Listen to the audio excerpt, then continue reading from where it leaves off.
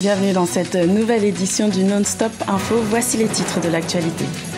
En République du Congo, le nouveau gouvernement du Premier ministre Clément Mwamba a été dévoilé.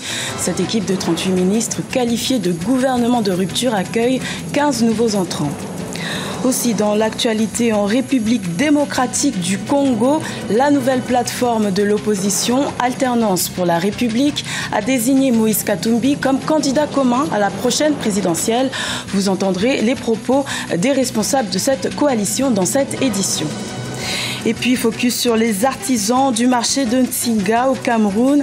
Dans cette localité, les professionnels de l'artisanat font face à de nombreuses difficultés pour rentabiliser leur profession. En République du Congo, une semaine après la nomination de Clément Mwamba au poste de Premier ministre, le président Denis Sassou Nguesso a dévoilé la composition du nouveau gouvernement. Cette équipe est constituée de 38 ministres, parmi lesquels se trouvent 8 femmes. 15 nouveaux ministres font leur entrée dans cette formation qualifiée de gouvernement de rupture. Un reportage de notre correspondant Deva Panzou. Une semaine après la nomination de Clément Mwamba au poste de Premier ministre, les membres de son gouvernement sont à présent connus. C'est par décret numéro 2016-168 du 30 avril 2016 que la nouvelle équipe gouvernementale a été nommée. Celle-ci est composée de 38 membres, dont 3 ministres d'État, 3 ministres délégués et 12 issus de l'ancien gouvernement. On note l'absence des poids lourds comme Isidore Mvouba, Rodolphe Adada, tandis que de nouveaux noms intègrent la liste tels que Rosalie Matondo et Arlette Soudan-Nonolt. Ainsi sont nommés ministre d'État, ministre de l'Agriculture, de l'Élevage et de la Pêche, M. Henri Djombo, ministre d'État, ministre de l'Économie, du Développement industriel et de la promotion du secteur privé, M. Gilbert Ondongo. Parmi ces 38 ministres, 15 d'entre eux vont exercer pour la première fois la lourde charge ministérielle. Dans ce nouveau gouvernement, on remarque la forte présence de la gente féminine avec 8 femmes. Une nouvelle formation qui aura de nombreux défis à relever. C'est le premier gouvernement de la Nouvelle République. Et aujourd'hui, la Nouvelle République va exercer son mandat sur 5 ans. Donc 5 ans, c'est relativement court. Et le premier défi, c'est de se mettre à la tâche rapidement. C'est une équipe. Et nous avons la mission de réussir ensemble. Donc nous devons aider ceux qui arrivent, tout comme eux, ils apportent leur connaissance, leur dynamisme, peut-être pour booster aussi les anciens. Par ailleurs, de nouveaux postes ont été créés, tels que ceux de l'entretien des routes et de l'économie numérique.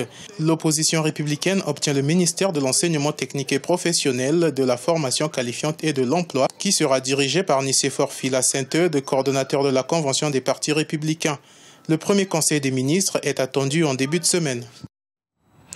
En République démocratique du Congo, après le G7, une nouvelle plateforme de l'opposition a choisi de désigner Moïse Katumbi, l'ancien gouverneur du Katanga, comme candidat commun à la prochaine présidentielle. Il s'agit de la coalition L'Alternance pour la République. La sortie officielle de cette plateforme s'est faite dimanche 1er mai. Je vous propose d'écouter les responsables de cette coalition. Moïse comme notre candidat commun pour l'alternance démocratique à la présidence de la République. Aux élections présidentielles du 20 septembre 2016. Pour porter notre programme commun de synthèse, afin que le peuple congolais soit réellement représenté. La désignation de l'ex-gouverneur comme candidat commun de l'opposition à l'élection présidentielle est une étape décisive que nous venons de franchir pour garantir l'alternance démocratique. Il est le ticket gagnant de la République. La propulsion de sa personne à cette charge devra permettre au peuple congolais de pouvoir enfin se retrouver. Également dans l'actualité, le président ivoirien Alassane Ouattara sera en visite d'État à partir de ce lundi 2 mai en Algérie. Une rencontre est prévue avec son homologue algérien, Abdelaziz Bouteflika. Les discussions devraient s'articuler autour de la coopération économique des deux pays, mais aussi de la sécurité régionale. Notons que c'est la première visite d'État d'un président ivoirien en Algérie.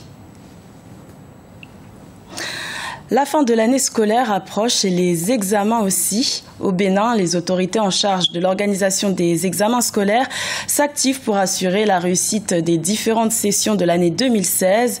Du côté de l'Office du baccalauréat, tout semble déjà prêt pour accueillir les plus de 115 000 candidats. Un reportage de notre correspondant au Bénin, Leftiounou. L'organisation des examens scolaires pour le compte de l'année 2016 préoccupe les acteurs du domaine. Le certificat d'études primaires CEP, le brevet d'études du premier cycle BEPC et le baccalauréat BAC sont les différents examens du cursus scolaire pour lesquels les candidats plancheront dans quelques semaines. Dans les coulisses de la préparation du baccalauréat, l'heure est à la multiplication et la compilation des épreuves. C'est le fruit d'une réforme instaurée depuis octobre 2015 et soutenue par les autorités centrales. Je crois que cela aussi obéit à un chronogramme très rigoureux puisque les épreuves écrites du baccalauréat vont se dérouler à partir du 16 juin prochain. Et ça, c'est pour respecter aussi une disposition de l'UMOA qui veut que les pays de l'UMOA organisent leur examen du baccalauréat dans la même période. Pourquoi? Pour qu'il n'y ait pas des inscriptions transfrontalières. Les autorités des collèges publics et privés du pays s'investissent aussi pour les préparatifs des examens scolaires. Séances de renforcement des capacités des apprenants, organisation en vue des examens blancs zonaux sont autant de stratégies mises en place pour la mise à niveau des impétrants. Les enseignants bénéficient également de l'appui des autorités du secteur pour l'exécution des programmes. Les enseignants aujourd'hui ont à leur niveau l'appui de ceux qu'on appelle conseillers pédagogiques, des animateurs d'établissement et des inspecteurs qui descendent régulièrement sur le terrain pour, disons, aiguillonner les enseignants. Les préparatifs des examens vont bon train. Les travaux en cours pour la tenue des différentes sessions sont entre autres le scanning des photos, la validation des listes des correcteurs et des surveillants de salle, l'impression et la distribution des convocations. Rappelons que 115 322 candidats sont attendus pour l'examen du baccalauréat session de juillet 2016.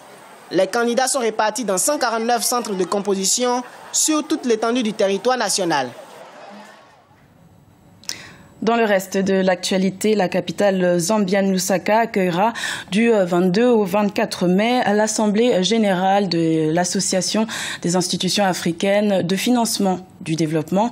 Une soixantaine d'institutions participera à cette rencontre pour passer en revue les activités de leur association durant l'année 2015. L'artisanat est un vecteur de création de richesses au Cameroun. Pourtant, depuis quelques années, il présente un bien triste visage dans le marché de Tsinga à Yaoundé. Entre la baisse de la fréquentation touristique et les surtaxes de l'aéroport, les artisans font face à de nombreuses difficultés pour rentabiliser leur profession. Un reportage de notre correspondante au Cameroun, Viviane Baoken. C'est une maigre clientèle qui écume quotidiennement le marché des artisans de Tsinga à Yaoundé au Cameroun. Situé dans l'arrondissement de Yaoundé 2e, cet espace provisoire de vente d'objets d'art plonge les artisans de la capitale politique dans la désolation. Ce marché n'attire plus les visiteurs et les touristes du fait de sa délocalisation il y a quelques années. Depuis lors, les bénéfices de ces artisans ont pris un gros coup et ils doivent désormais se retrousser les manches pour obtenir leur gagne-pain. Le marché, ça va quand même un peu, mais ce n'est pas comme à l'ancien site. On se bat comme un peu, mais notre plus grand souhait, c'est de rentrer dans notre ancien site. Il y a d'autres qui n'arrivent même pas à payer leurs droits, des impôts, tout ça là. Il faut les crédits pour payer les papiers. Souvent, il y a les autres qui font 2 semaines, 3 semaines sans rien vendre. Ils ont les enfants, ils ont toute la famille, payent le loyer. Tout ça, ça ne va pas. Les artisans de Tsinga font face à beaucoup de difficultés. Quand le client se fait rare, ce sont les surtaxes d'aéroport qui viennent détruire leur activité. Malgré cet état de choses, l'on garde espoir pour des lendemains meilleurs. Les gars qui viennent, ils ne parviennent même pas à acheter parce qu'arrivé à l'aéroport, il y en a des saisies. soit disant que c'est le patrimoine du pays, alors que comme vous pouvez constater, vous constatez vous-même, ça ce sont des ateliers de reproduction, des choses reproduites par nous-mêmes des artisans. On nous a promis 18 mois pour qu'on rentre là-bas. Mais jusqu'à là, en bas de 7 ans. 7 ans, ce n'est pas pour qui peut se porter. Ça, c'est une grande difficulté pour nous. Parce qu'on ne peut pas vendre ce qu'on vend là-bas et ici. Selon certains acteurs, cela fait environ 7 ans que les artisans ont vu leur comptoir détruit au sein de l'ancien site de vente d'objets situé en plein cœur de la ville de Yaoundé. Après des revendications, ces derniers ont été installés dans l'actuel site de Tinga, quartier populaire de la ville de Yaoundé. C'était le journal de la rédaction. Merci de l'avoir suivi. L'information continue sur Africa 24.